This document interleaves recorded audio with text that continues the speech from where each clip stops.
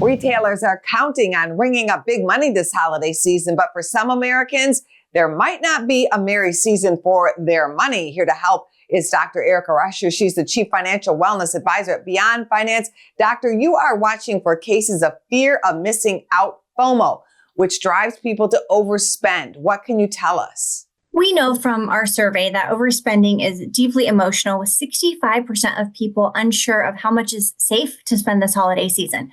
People want to create joy and avoid disappointment from loved ones and keep up with those family traditions, even if it strains their finances. And 2/3 of Americans feel this cultural pressure to overspend amid rising financial challenges, guilt giving, and of course, this FOMO spending.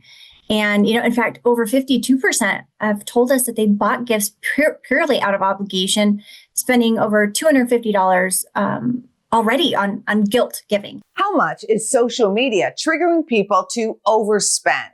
Social media can certainly make the holidays feel like a performance, and nearly 1 in 5 Americans do admit that they've bought something just to post it online, and 22% have regretted buying a trending item. These platforms tend to amplify that comparison culture and those beliefs that, for example, this perfect holiday has to look and feel a certain way, so people spend to keep up. And it's not about the gift or the decoration at that point. It's about the image. How much do you think people hide their spending?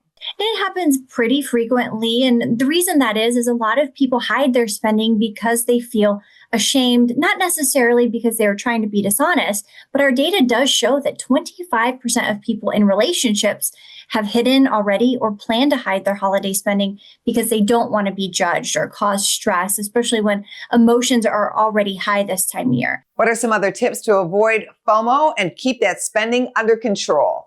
Yeah, first, start talking early and have honest conversations with loved ones before the shopping even starts.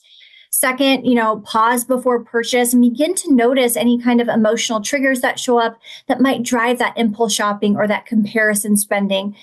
Third, give yourself permission to say no. 'Tis a season for group gifts and pricey outings. Saying no is not selfish. It's, in my opinion, financial self-care in protecting your peace and your wallet.